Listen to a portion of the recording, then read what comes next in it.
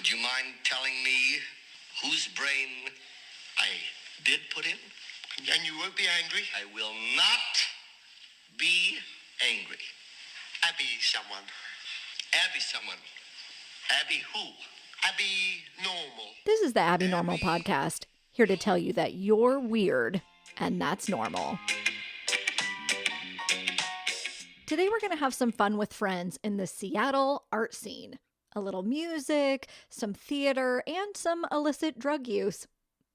Seattle was the set of one of my favorite 90s movies, Singles, which had what I felt like was the best soundtrack. There was Alice in Chains, Pearl Jam, Mother Love Bone, Chris Cornell. I had that baby on tape and played it on repeat. And I'm just putting this together right now, but I think it's also the scene of 10 Things I Hate About You, which is another one of my 90s favorites. You know our friend Jen from the Growin' on the Road episode? She was a rock and roll caterer. Yes, that's a real thing. And her stories remind me of the type of music obsession that I had in high school. Though country music wasn't my preferred genre, listen to this note about a concert we were going to. I am so excited about Clay Walker, as in breathing his air and handing over the roses and grabbing onto him and never letting go.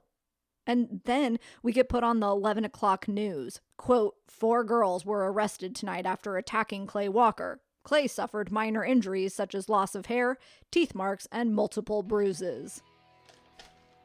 Wow. So anyway, Jen's going to tell us how she played it cool with her celeb clients.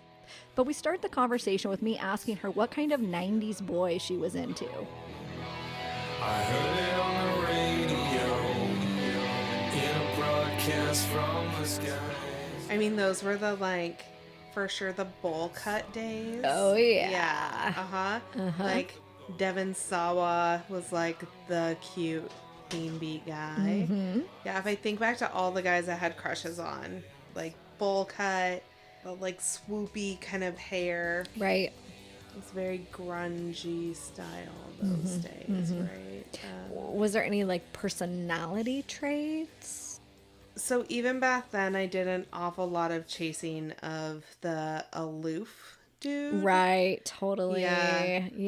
The too cool for this. Yes. Super aloof, unavailable. What's his name from My So-Called Life? Yep. Yes. Who I met once and is so short, by the way. Jared Leto. Yes. So short. I catered a show for him because he's in a band. Yeah. 30 Seconds to Mars. Yeah. Which I didn't know he was in that band. I was catering for the band, and I was like, that guy looks an awful lot like Jared Leto, with the eyes, because he has those very distinct eyes, right? And I was like, is that? And I was like, oh my God, it is. And then I had to Google it on my phone. I was like, oh shit, he's the lead singer of this band. I had no clue. But also he's 5'3". I'm so disappointed right now. He's so short. So tiny. My exact thought was, oh my God, I would break that man. That's all actors though. They're all tiny. It is true. It is true. They're almost all shorter than you think that they What's are. the hot guy from shit? Oh, Full House. Full House. Okay, Yeah. the hot dad from Full Yes. House. What's his name? Stamos? Yes, John Yes. Stamos. We saw him at Disneyland, and he is also 5'3". Yeah. Tiny. Yeah. They're all so short. So weird. Yeah, it was really interesting. I remember also catering for Keith Urban, who is so sweet. One of the sweetest men. Okay, the country guy, right? Yes. Yeah. But also so short. 5'4". I was and I was just laughing the whole time because he is Nicole Kidman's second husband. Right. And she, of course, was married to Tom Cruise, who was also 5'4". Yes. And I was like, really, woman? She's 5'10" or something. Really? Yeah. She's super tall. It was 2 in a row, huh? Okay. She's into it. Apparently. Cool. No, short has never been my thing. Do you have any other good rock and roll behind the scenes stories? I can tell you my favorite story. Your favorite, yeah. I got to cater Thanksgiving for Alice in Chains in the drummer's house. they were coming back on a reunion tour, and their first show was the day after Thanksgiving in Seattle, which is, of course, where everyone's from. And so everyone had flown in for the show, and so they were going to have Thanksgiving at the drummer's house. And I managed to make a deal with my boss and pulled the gig. So I got to hang out with the entire band in this guy's house and their families and like some of the roadies that have been around with them for a long time. And they catered out the whole thing, so I didn't actually have to do anything. I was just kind of there, like helping with little bits and pieces. I like cleared dishes at some point. It was like very silly. And of course, like I grew up in the 80s and 90s in Seattle. Like Alice in Chains is iconic. And so I get there and I'm hanging out in the kitchen, and Jerry Cantrell walks in and like tosses his hair. And I was like, I can't believe this is happening. And later that day, I had gone out to smoke a cigarette, and I went to light it, and I turned around and Jerry was standing there, and he like had a lighter out and he lit my cigarette, and I had to do a lot of deep breathing and not like freak out. Like, Jerry Cantrell just lit my cigarette. And the band had been so sweet to me all day. They found out I was from Seattle, and they were flabbergasted. They were like, "What? Your family is here?" And I was like, "Yeah, my family's here." And they're like, "You're spending Thanksgiving with us rather than your family? Oh my God, thank you so much." And I want to be like, I don't know too many people who wouldn't choose this rather than spending time with their family. Right. But cool. And so I was hanging out in the kitchen, and we were getting ready for dessert, and they had asked me to make whipped cream, which is about the simplest thing in the world to make. And so I'm making the whipped cream, and the new lead singer this was his first time joining the band on tour. He had come up behind me, and he put his hands on my hips and like his chin on my shoulder, and was like kind of doing the he was like, "What you doing there?" The kind of like looking over, you know. And I said, "I'm making whipped cream." And he was like, "Really? Like, sounds complicated." And I was like, "It's really not." But sure, right? Like, cute. You can flirt with me all you want. This is really adorable. Thanks. Like, Right. I appreciate it. Feeling pretty good about myself right now. And fast forward to 20 minutes later, we're all standing around the island in the kitchen with pie, and everyone's got like a plate of pie. And the new lead singer, his name's William, he was like, "I mean, this pie is okay, but this whipped cream is the best whipped cream I have ever had." And Yeah, shoots me the cutest smile I've ever seen. And I was like, and your life was complete. yeah, that's right. They tried so hard to get me to stay, but the deal I had made with my boss was that I would for sure not get caught in any closets with any of the band members. Yeah. And so I had to leave. From a business perspective, that's the right thing. Yeah, it was. Yeah. Yeah. Mm-hmm. I'm sorry. I know. They were adorable, though. And we had a lot of fun. So that was good. There was a lot of moments like that. Yeah. Okay, so back to what you liked in a man. Yeah, I always bounced between super shy and adorable and sweet, and super standoffish, aloof assholes. Girl, yes, I'm feeling that. Yes, shy and sweet, aloof assholes. There was like no in between. No in between. No. Yeah, it was always one or the other. Right.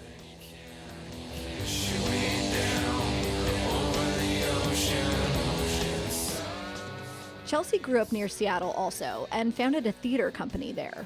She claims that anybody can do it, so get ready to get inspired. I founded a theater company and was the founding artistic director for Copious Live Productions. What Copious Live? In Seattle, Washington, they now occupy a space called Copious in Ballard, where I used to live. Okay. I've lived all over Seattle, but...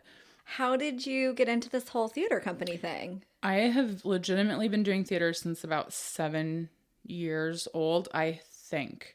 I was like always on stage or with reading aloud as soon as I started to read.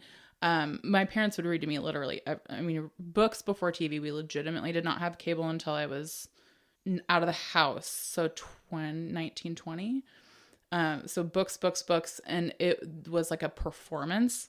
And then I had an aptitude for it, and my parents were like, oh, she might actually like go somewhere with this. So they both come from performing backgrounds. So they just invested hardcore, and I just, I did it all through high school, and then into college. I went to Cornish College of the Arts in Seattle for 2 years. Art school dropout, stay in school, but if you can afford it, and if you can't, that's okay, and you can do it alone by yourself. And then I basically, with my best friend Lacey, I have like a best friend tier. Like there's a hierarchy. There is. Only because my friends and family are so ingrained together that it's like, there's bio family, logical family, that's like family. And then it's like largely comprised of all the people that I did copious love with, or that still do. Anyway, long story short, that took off when I was like 23, 24. So it's been, and then there's little breaks where I've taken breaks, But how did you go about starting it? What did you have to do? I dropped out of Cornish because I couldn't afford it. It's very expensive. Or I don't know about it now, but it was back then. And I could not survive in Seattle by myself, like where I wasn't making money. Right. I was just auditioning around town, and she took a break from theater and was just like, let's do this show that I wrote back in high school. And so we did. We just found a space that would rent to us for like, kick back what we can, a percentage of the ticket prices. We had enough people that were already invested in seeing what we could do, with nothing in high school and then out in community theater. So you kind of already had like a network of actors. We were already doing. We were trained, and we had enough experience to be like, this is what needs to get done. And we knew the routines, and we made we broke even, or we got close enough to fund another show. Awesome. And we just started writing our own shows. Cool. And became a nonprofit. And then eventually I started writing grants and got funded by the city of Seattle through a company or a foundation called For Culture. Then we just kept going. We did, oh my God, I've lost count, for about 10 years now. And then they got a space in Ballard, and they are running it through Copious. They call it Copious. So it involves all different kinds of art. You don't have to do theater. Oh, okay. And I recently stepped out, and they're just doing amazing things. So what was the high point from that experience? Like your best memory? God. Well, it's so many. We did some cool shit. They're doing cool shit. It's amazing. We, I say we because I'm still, I'm always going to be the founder. But I'm no longer the artistic director, which is fine. I'm not in Seattle. That's a hard thing to do from outside. The high point probably, so we did this musical called Alice's Anthem, which was an electro cabaret, and it had Alice in Wonderland themed stuff, and we wrote original music, and it was original script, and it was amazing. Yeah. That's one of the projects that will be on a back burner of possible film in the future. But because time is a construct, we have endless amounts of time to do all of our things. So that was really cool. And that was so we did that twice. We had our audience tell us basically which one of our first 6 shows, I think, they wanted to see us do again. And we held the fundraiser, and they overwhelmingly backed Alice's Anthem coming back. It was amazing. We also did one of the world's first interactive theater experiences where we wrote a show called Codename Kansas, and then made a virtual background via interactive technology. So for instance, we'd have a elaborate dance fight that would come into play, and the background would react with what they were doing on stage. Cool. And we had an app that you could point to a character and get their whole backstory and their rap sheet, they were playing a video game. Yeah. That's really fun. Yeah, it was super cool. And again, we had the city of Seattle is great. I don't know how it is doing now. I've been out of the game for a couple of years, but they really did a lot to fund what we were doing, or what they are doing. They have a space now, so they're doing all different kinds of things and uplifting all different kinds of voices in the community.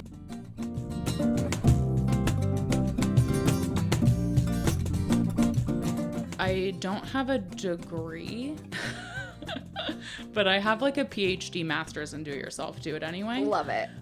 So I'm learning to like, now that I'm not part of a collaboration for the first time artistically, as a solo artist, trying to like maximize my knowledge of that and teach people, or at least all the time I say people come up to me and they're like, oh, I have a story, or when I tell them what I do and they're like, oh, I'm doing this XYZ, and I'm like, fucking do it. Like, you can do literally anything. It's so easy now. Like, you can get this shit. I mean, podcast, like anyone can podcast, Totally. anyone can fucking cook, y'all. Like, it's not, if you have a want to do it, like, the barriers sometimes seem so monumental. They do. And Absolutely. it applies to everything, but it is like, helpful just to do know. it. Like, Just do it. you're like, yeah, if you're in an urban area, there is some grant somewhere that you can fucking just write about, and someone might say yes. I mean, or you can just figure out how to do it yourself. Like, the shows that we did were largely like thrift store finds and hot glue and cardboard. Yeah. And then like someone knowing someone that could come in and like fight choreograph.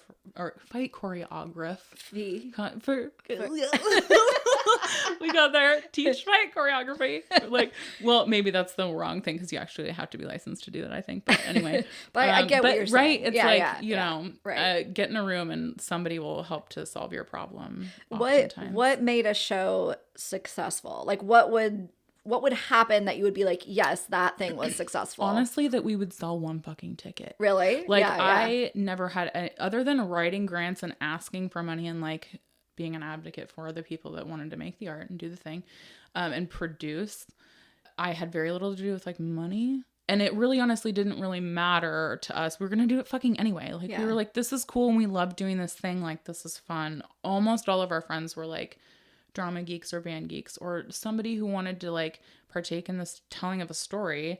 And then a lot of times, there's whole organizations of people that aren't making money that are doing art anyway, right? Right. And that just selling one ticket. And then and honestly, to me, it was when people were like, oh, that was good. I saw something of myself in that character. Right. And that makes the voices that happen in here anyway feel like it's okay that they came out and danced around on stage for like 2 hours. Right. I love it. Yeah. I mean, that's kind of why I feel good and feel like I'm doing the right thing doing this podcast, because it's like, Good. I don't even care if anyone listens. It's a benefit if Yes. anyone listens, but regardless, Good. I'm gonna do it. Yes, I listened to like 3 yesterday. They're Good. really good. I'm like, legitimately, that was like, subscribe, like listen next. Good job. And yeah, and I listened to quite a few podcasts, and I was like, oh, she's onto something here. I love it. I'm super impressed. This is going to go deep into one of your episodes. Maybe even not, because I've only, like I said, only 3, but you mentioned you have all of your notes from middle school and high school. Yes. Oh my God. I know. Obsessed. Obsessed. It's so ridiculous. Okay. Credit where credit is due, that you held on to them for that long. I Like, know. oh my God. I did a purge and now I'm like, fuck. Yes, you wish you had them. I 100% do. I mean, honestly, I have too many. It's like hundreds. But it is untapped gold. Legitimately, I went through like a healing time recently. And I was like, oh, maybe I don't remember what she was like. And Right. I need to get into that Yes, mindset. And then I was totally. like, fuck. Like, no, it's legitimate. They're gone. Yeah, I'm They're sorry. gone. But I did have a thought, because I know that's a common thing. People go through purge and they're like, I'm never going to Totally. read these, right? Yes. Like, it is overwhelming almost. But you could contact those people and be like, girl, do you have any of the art? Because there's I gotta don't be, want them. like, I don't want the notes I wrote. I almost want that more. Oh, I was God. like, I wonder if I've been spouting off the same bullshit forever. Oh, 100%. And maybe I'm just crazy. But that's Because what I'm it definitely is. weird, but like, Right. she came from somewhere, girl. Exactly. Like- Exactly. Yes. And that's the thing, is reading them, I'm like, oh my God, these are seriously like the same shit I'm talking about with my 40-year-old friends Yes. now. It's so Yes. stupid. I can only imagine that it's a benefit having a tween in the house.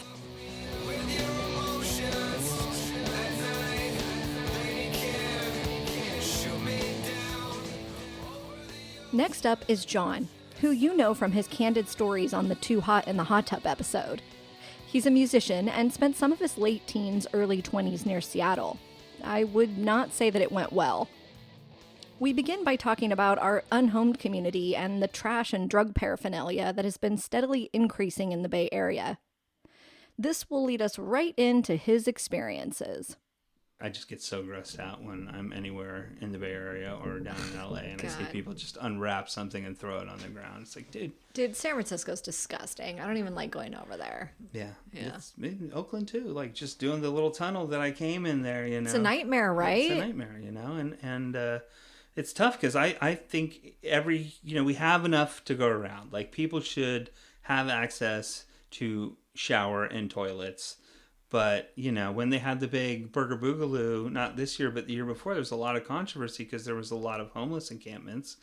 And they got a lot of shit for kicking them out to throw the party. And I'm like, fuck that. They found like 1,500 fucking hypodermic needles. Yeah. That's fucking like, I got to tell you, as an ex-junkie, every time I used a rig, it went back in a bottle of water. I screwed it and I put it into the fucking waste thing. Yeah.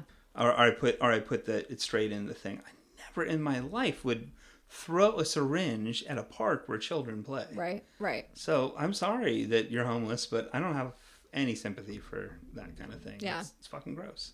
Did that last rehab take? Yeah, absolutely. The last rehab took, and I think mostly because of Julie. Really? It was, she like gave you a thing to be sober Well, the nice for? thing was we had opposing drugs of choice.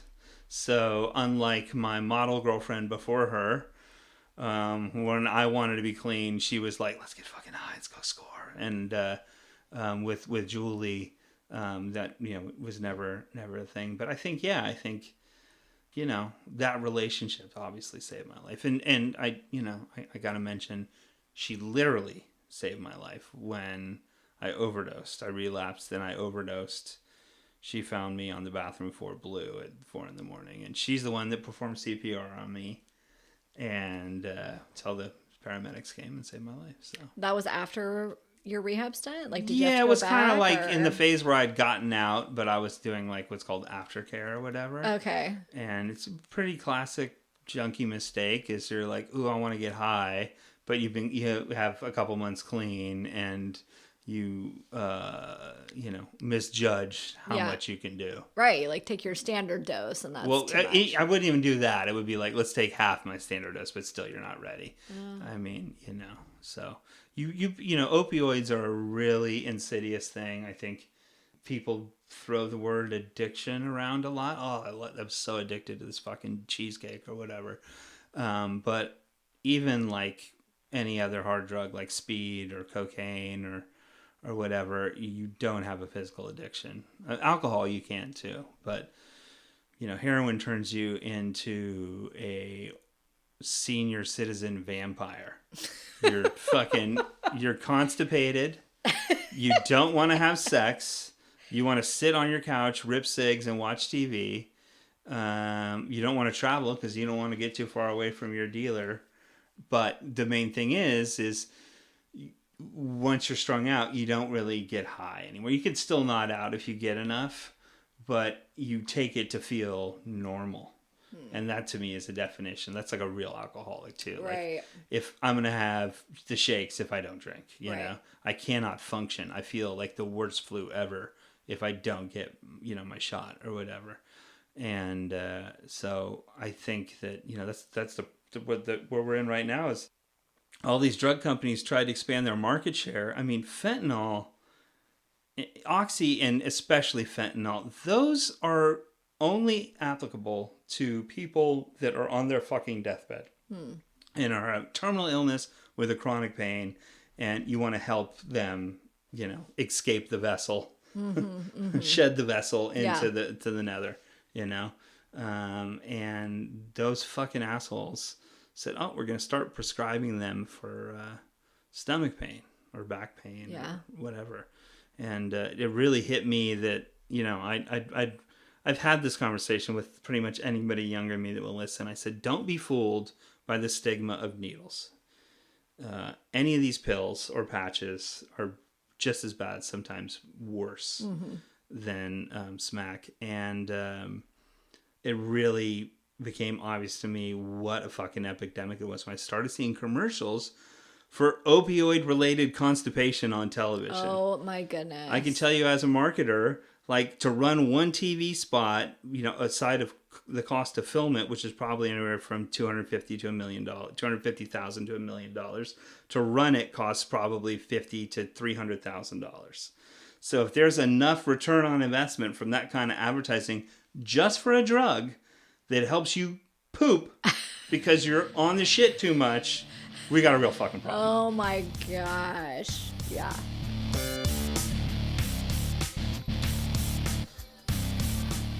How did you get started doing heroin?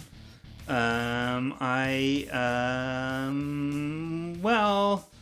met someone that was doing it, but I think really I got quote unquote started because back to the identities episode, I'd grown up a sort of bro-y, blonde-haired, blue-eyed surfer kid, and I'd always romanced the idea of being the cool loser.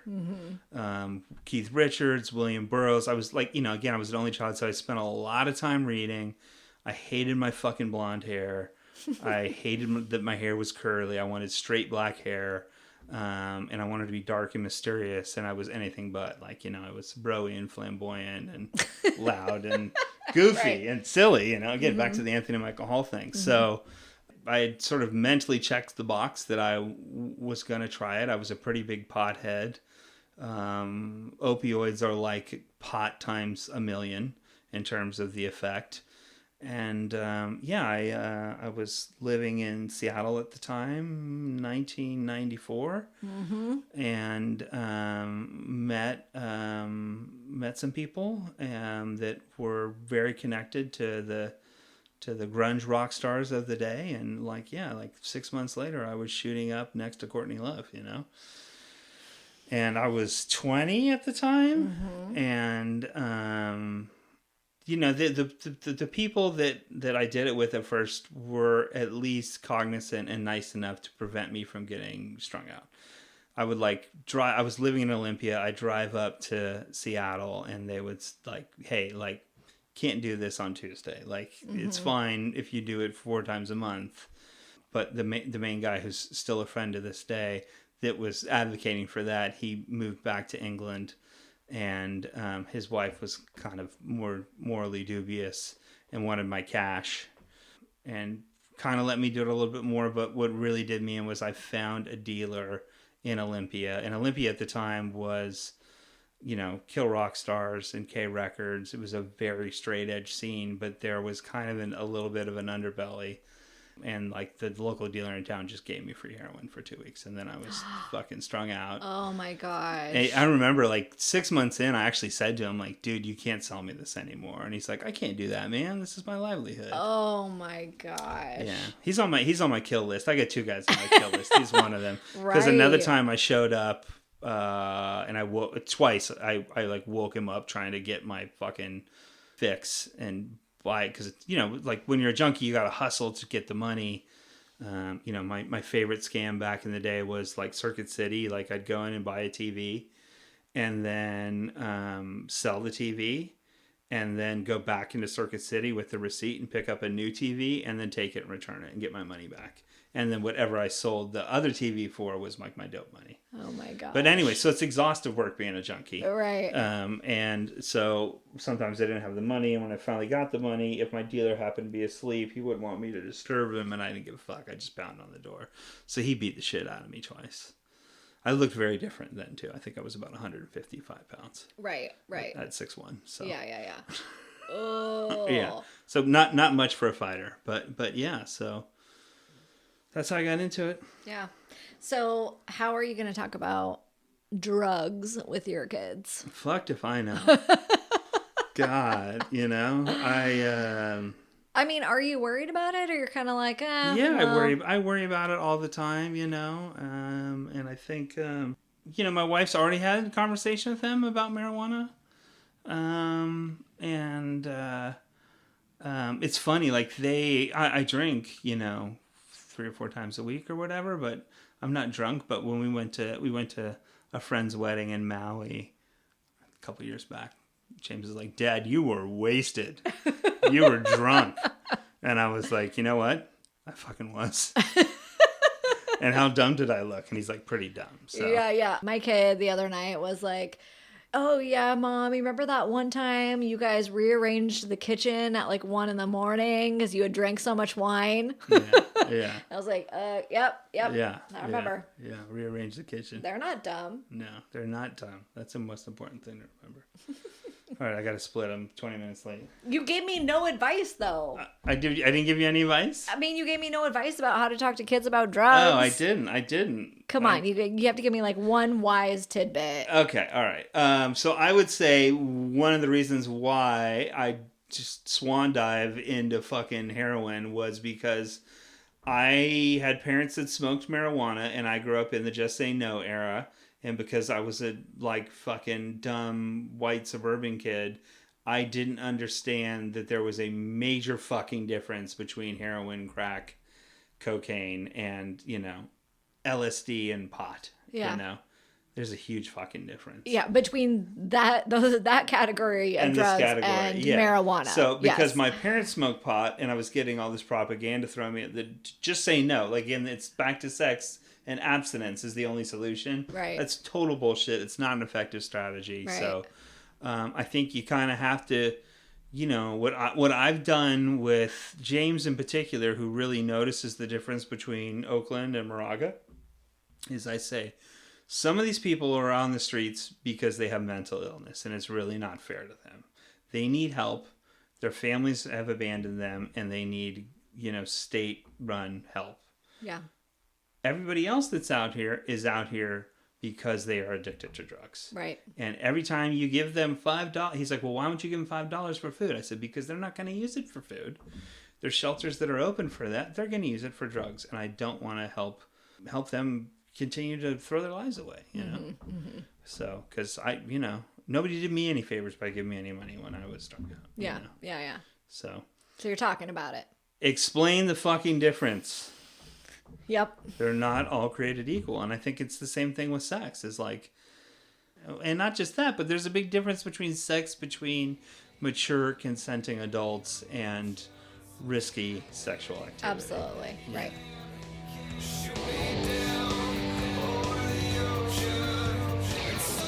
So basically, we can't cop out on the drug and sex talk with kids. You got to get into the details because everything's not black and white and ain't nobody just saying no. Also, teens are dumb. Take this note. I have a bottle of acid at my house that I'm going to sniff. I hope my mom doesn't find it. If I'm not at school tomorrow, you'll know what happened. Do you sniff acid? That wasn't covered in my DARE curriculum. Seattle, thank you for all your creativity. And 90s, you can keep your cool losers. We're going with the sweet boy instead.